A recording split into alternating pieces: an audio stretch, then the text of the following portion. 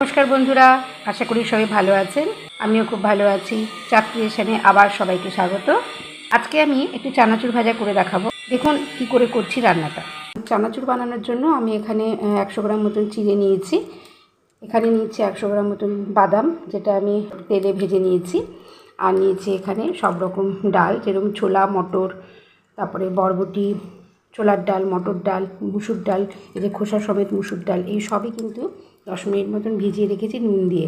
এবার এই পুরো উপকরণগুলো কিন্তু আমি তেলে, ছাঁকা তেলে ভেজে নেব। এবং সঙ্গে নিয়েছি কারি পাতা, কারি পাতাটাও দিয়ে দেবো ভাজার সময়। কড়াইতে দিয়ে নিয়েছি তেল, এখানে সর্ষের তেল দিয়ে নিয়েছি, মোটামুটি 3 চামচ মতন সর্ষের তেল দিয়ে নিয়েছি। এবার সমস্ত ডালের পরিমাণটা বুঝে কিন্তু তেলটা দিতে হবে। আমি এখানে 3 চামচ সর্ষের তেল দিয়ে দিয়েছি এবং তার সঙ্গে সঙ্গে দিয়ে দিয়েছি শুকনো লঙ্কা, দুটো শুকনো লঙ্কা আমি ভেঙে দিয়েছি। আর দিয়ে দেবো এখানে কারি পাতা, দিয়ে ভিজিয়ে রেখেছিলাম, সেটা কিন্তু দিয়ে দেবো। কারি পাতাটা হয়ে গেছে। এবার নুন দিয়ে ভিজিয়ে রাখা ডালটা আমি তেলে দিয়ে কিন্তু খুব ভালো করে এটা নাড়তে হবে যতক্ষণ না পর্যন্ত জিনিসটা পুরো মচমচে হচ্ছে।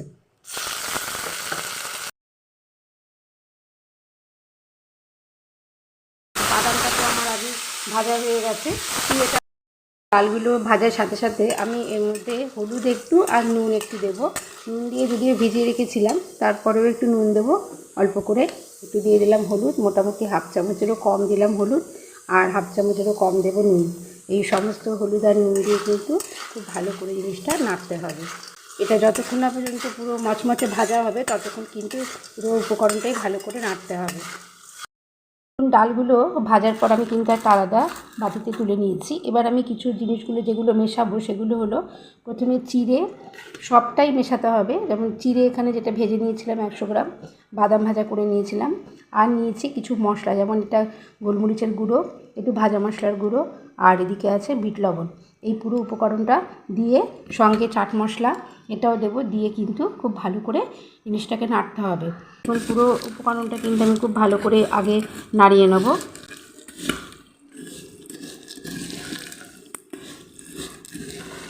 যাতে পুরো মশলাগুলো ভালো করে মিশে যায়। তারপরে আমি একটু গ্যাসে বসিয়ে আরেকবার একটু নেড়ে নেবো, যাতে সমস্ত মশলাগুলো, সব উপকরণগুলো, চিড়ে, বাদাম, এগুলোর মধ্যে সব ভালো করে যাতে ঢুকে যায়। চানাচুর ভাজা পুরো রেডি হয়ে গেছে।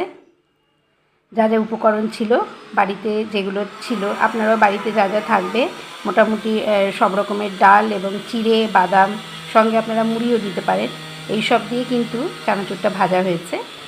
এই চানাচুর কিন্তু বাচ্চা বড় সবাইরই খুব প্রিয়। তার সঙ্গে আছে মুড়িও আমি নিয়ে নিয়েছি, সঙ্গে একটা কাঁচা লঙ্কা, যেটা বাঙালিদের সবথেকে ভালো প্রিয় খাবার। আশা করি রান্নাটা আজকে আপনাদের ভালো লাগলো। ভালো লাগলে একটু সাবস্ক্রাইব করে দেবেন, লাইক করবেন, শেয়ার করবেন, কমেন্ট করবেন প্লিজ। চাঁদ ক্রিয়েশনে নিয়ে আসবো আবার একটা নতুন রান্না নিয়ে। ভালো থাকবেন, সুস্থ থাকবেন। আজকের মতো নমস্কার।